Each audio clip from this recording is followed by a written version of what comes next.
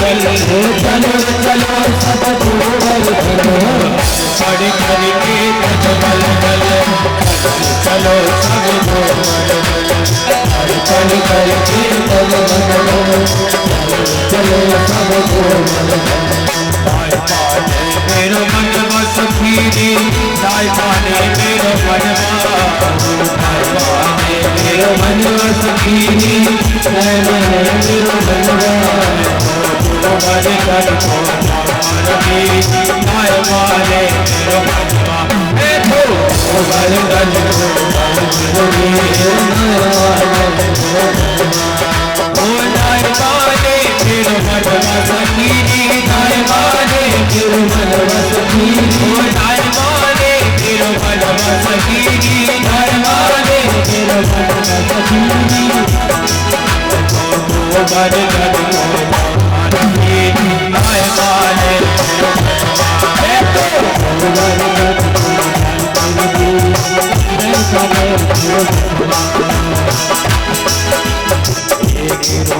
की पाव जलेगी एक रुपा की पाव जलेगी एक रुपा की पाव जलेगी एक रुपा की पाव जलेगी एक रुपा की पाव जलेगी एक रुपा की पाव जलेगी मैं तो बैठ सड़क पर खाने दाई माने मेरो मैं तो बैठ सड़क दाई माने मेरो मन वास खीरी दाई माने मेरो मन दाई माने मेरो मन वास खीरी दाई माने मेरो मन दाई माने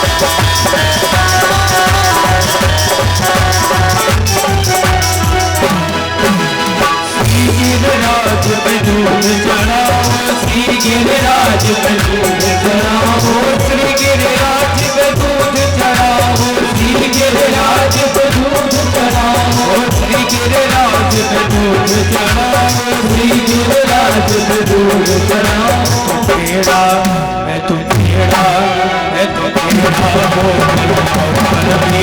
लाए मारे मैं तो तेरा हो लाए मारे मेरो मन सखी बनाने मेरो मन मेरो मन सखी बनाने मेरो मन मैं तो तुम्हारे दल को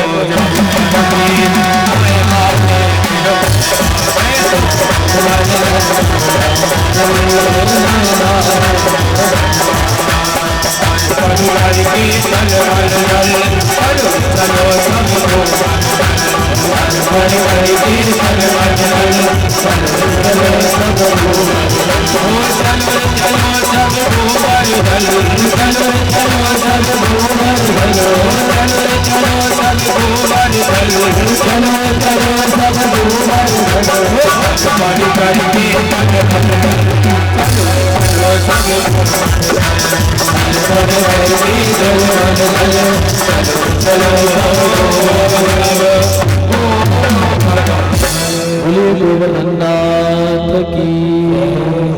तो बढ़िया 56 भोग लगाए हैं। आज यशोदा जी ने अपने हाथों से 56 भोग बनाए और गिरिराज जी को लगाए हैं।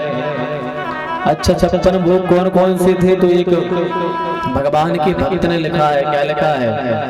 बोले खुरचन है खीर मोह खीरासो और खुरमी, खीर खजला जलेबी कलाकंद बालूशाही है, मोहन थार में बाटी मठरी में सूर पाक, पेड़ा रसगुल्ला संग रबड़ी सुहाई है, भुजिया नमकीन सेव गांठिया सकल पारे और भुजिया समोसा पापड़ पकौड़ी बनाई है, मधुप श्याम नंद बाबा यशोदा सब सामग्री लेकर के गिरिराज आज भोग में सजाई है। सब सामग्री बना करके ले आए, भोग लगाया है, परिक्रमा लगाई है सबने झूमते हुए।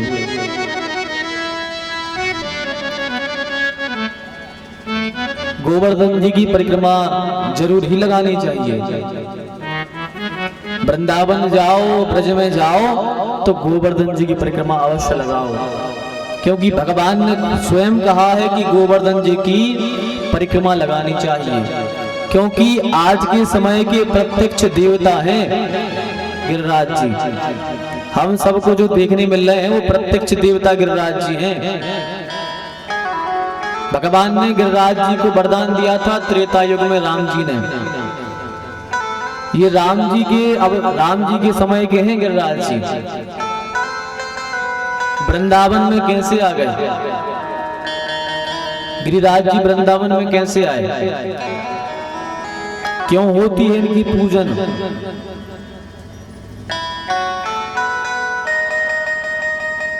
थोड़ी इसी विषय पर चर्चा कर लें कि गिरिराज जी का पूजन क्यों होता है, कहां से गिरिराज जी वृंदावन में आ गए, ब्रज में आ गए।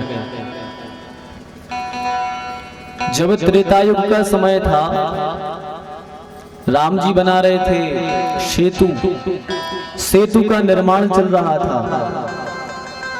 राम जी ने सब अपनी वानर सेना को आदेश दे दिया कि जाओ, चारों तरफ जाओ, जहां जिसको पत्थर मिले, पहाड़ मिले, बड़ी बड़ी चट्टानें मिले, सबको ले लेकर के आओ और हमारी सहायता करो, बांध बनाने में, सेतु बनाने में सहायता करो। तो सब वानर चारों दिशाओं में गए, सब बड़े बड़े पहाड़ लेकर के आते हैं, बड़े बड़े पत्थर शिलाएं लेके आते हैं। जब सब एक एक करके शिलाएं लेके आने लगे, पत्थर लेके आने लगे, तो सेतु का कार्य प्रारंभ हो गया। हनुमान जी भी चले, हनुमान जी भी अनेकों पर्वत लाए, और अब हनुमान जी चल दिए कहां? द्रोणांचल पर्वत की तरफ। जहां द्रोणांचल पर्वत है उस तरफ चल दिए हनुमान जी। जैसे हनुमान जी द्रोणांचल के यहाँ पहुंचे, द्रोणांचल जो है, द्रोण ये गिरिराज जी के पिताजी हैं। गिरिराज जी के पिताजी का क्या नाम है? द्रोणांचल। तो वहीं पर गिरिराज जी विराजमान थे। हनुमान जी पहुंचे और हनुमान जी जैसे ही पहुंचे और गिरिराज जी को उठाने लगे। गिरिराज जी ने कहा, अरे आप कौन हो, हमें कहां ले जा रहे हो? कौन हो, हमें कहां लेके जाते हो? जब यह प्रश्न पूछा गिरिराज जी ने, हनुमान जी ने कहा, मैं राम जी का सेवक हूं, हनुमान।